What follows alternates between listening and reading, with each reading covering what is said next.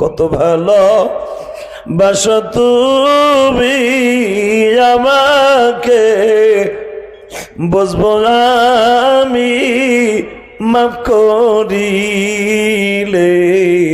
উম্মতকে। ও মালিক তুমি আমারে কত ভালোবাসো,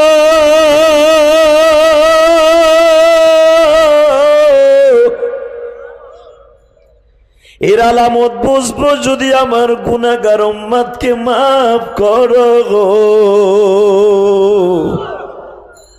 উম্মত আমার গুনাহগার গো জমিনে, উম্মতের মাফ করে দাও মাবুদ রে। এই আল্লাহু আকবার বলেন তো।